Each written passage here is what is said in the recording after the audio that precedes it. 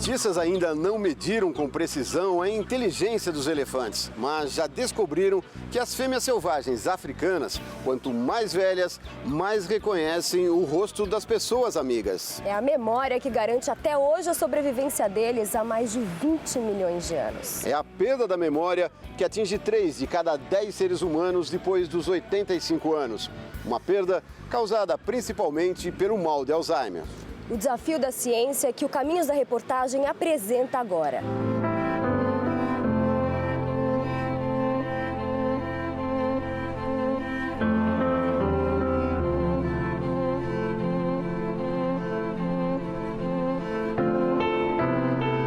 Lá vem ela de azul, fita rosa no cabelo, de braços com o doutor. Os passos de Eda ainda estão firmes. O que oscila é a memória. Há um ano, a professora de literatura aposentada recebeu o diagnóstico da doença conhecida pelo mal de Alzheimer. Tudo bem? Tudo bem. Vamos fazer nossa atividade? Vai ficar um pouquinho artificial se começarmos assim. Eu acho que eu chego assim disposta sempre, mas não tão disposta quanto poderia. Vamos lá?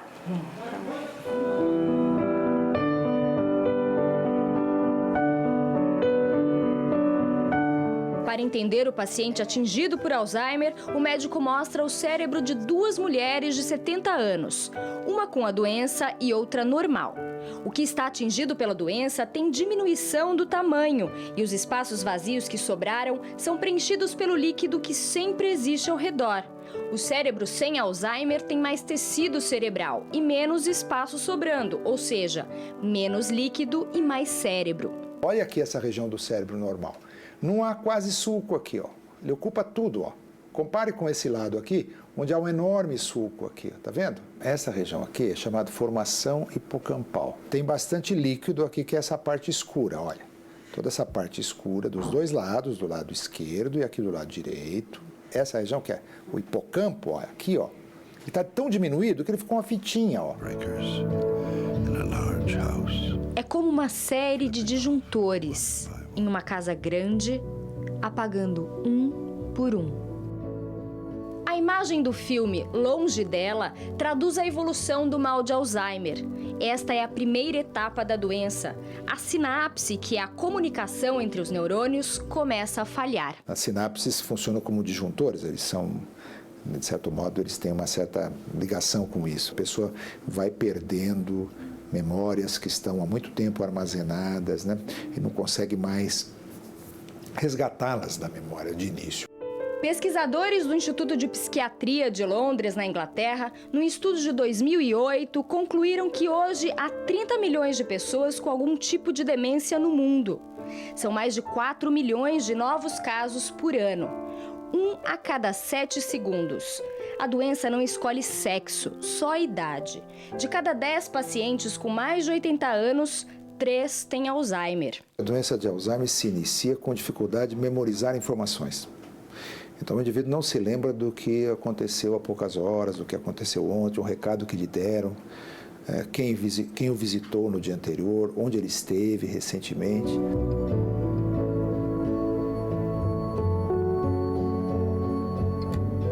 Depois começa a surgir também uma certa desorientação, em que o indivíduo sai próximo de sua casa e de repente se perde. Em regiões que ele conhecia bem, ele não sabe voltar. Foi isso que fez Tânia ter a certeza de que a mãe estava doente. Ela esquecia onde que ela tinha que retornar. Quando ela tinha que retornar para casa, ela não sabia que ônibus tomar. Então, às vezes, meus primos que moravam no interior tinham que buscá-la, sabe? Em algum lugar, porque ela tinha se esquecido. O esquecimento chegou para a dona Iraci há 5 anos. Nesse tempo, o universo dela foi ficando cada vez mais inalcançável. E eu?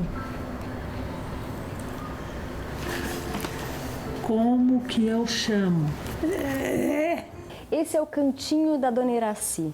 É aqui que ela passa a maior parte do dia. A poltrona está montada para que ela tenha o máximo de conforto. A almofada, o travesseiro, o cobertor. O final da tarde é o momento em que ela está mais desperta. E aí, a grande companheira é a televisão.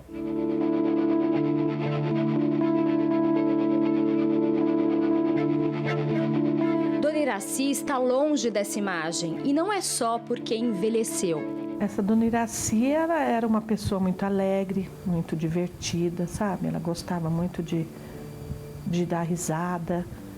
Ela era uma pessoa boníssima, ainda é, lógico, ela boníssima, sabe? Uma pessoa que desprendida, era uma pessoa muito assim dada com as pessoas. Ela tinha muito carinho com as pessoas.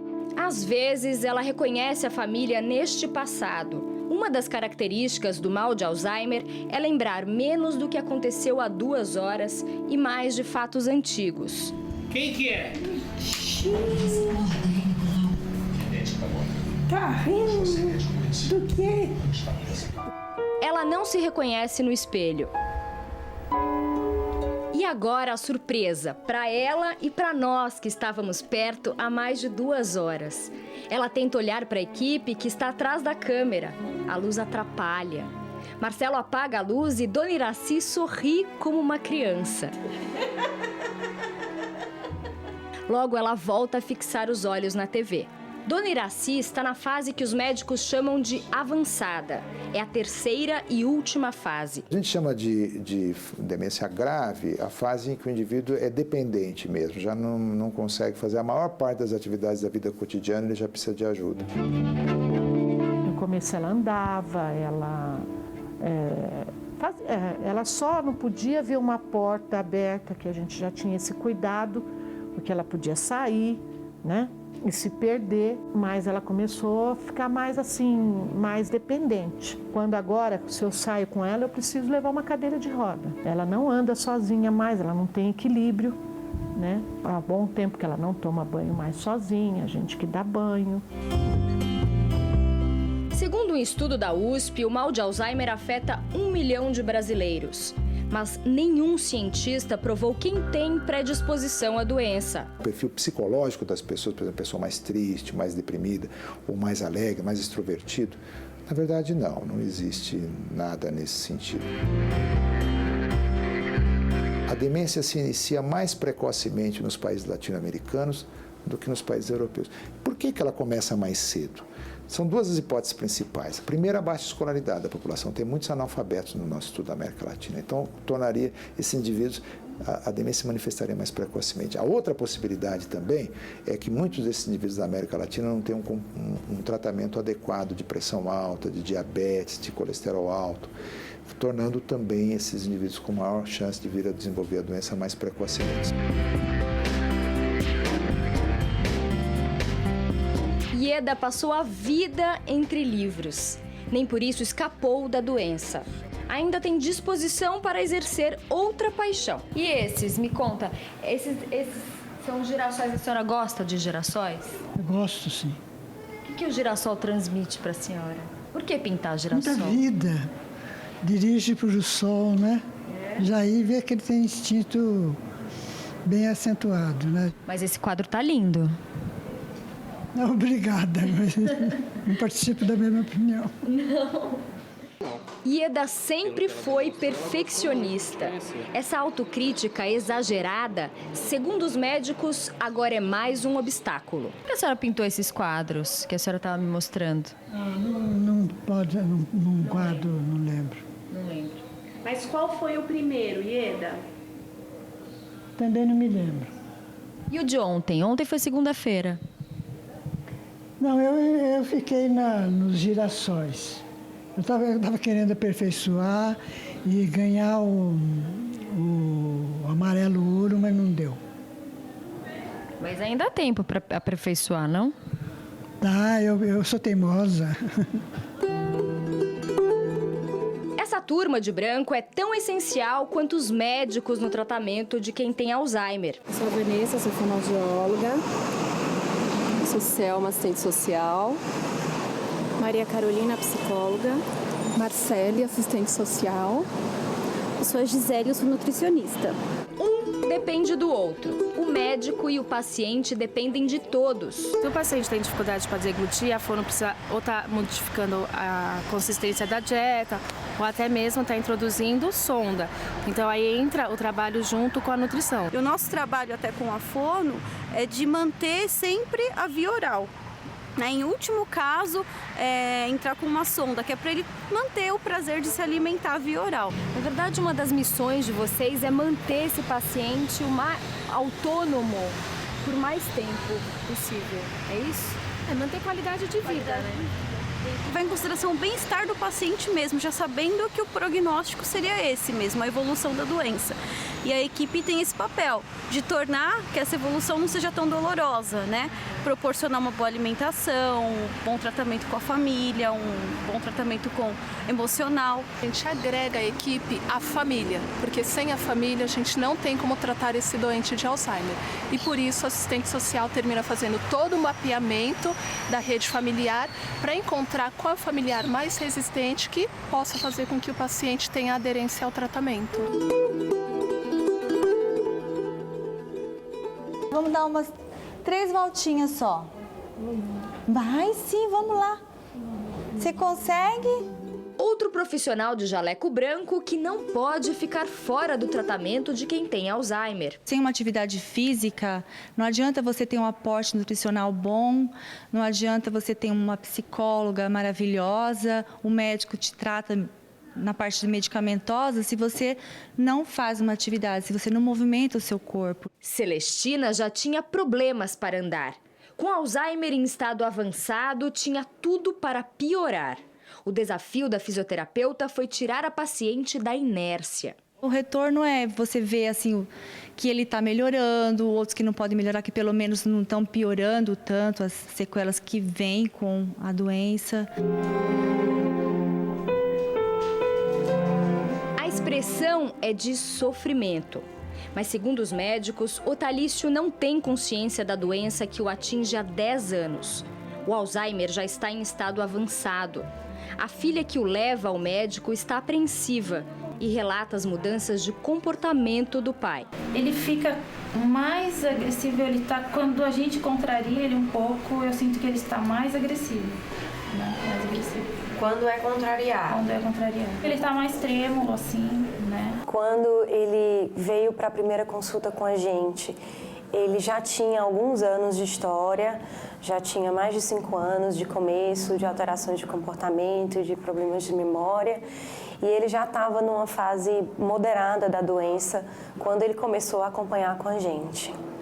Além disso, do quadro demencial, ele tem a pressão alta e tem uma disfunção renal. Otalício morava com a irmã até ser internado numa casa de repouso há 1 ano. Eu chorei 3 dias quando eu internei ele. 3 dias sem parar, para ter deixado ele numa clínica, mas eu não tinha condições de ficar com ele.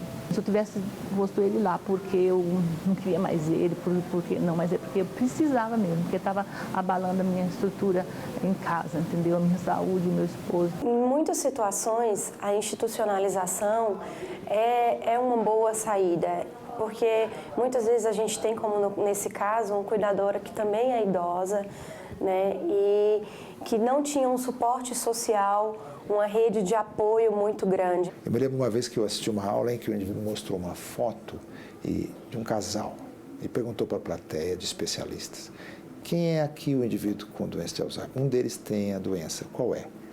E ninguém soube dizer, é muito difícil, uma foto, 2 pessoas sorrindo. Ele disse assim: na verdade, essa pergunta não tem muito sentido, porque os 2 estão afetados pela doença. A doença, ele tem a doença, mas ela cuida dele. Então a doença, no fundo, afeta os 2.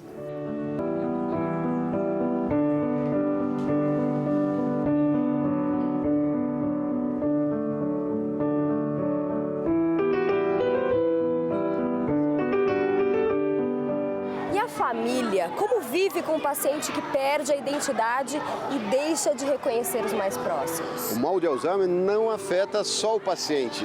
O cuidador também vai precisar de cuidados. É o que você vai ver já já.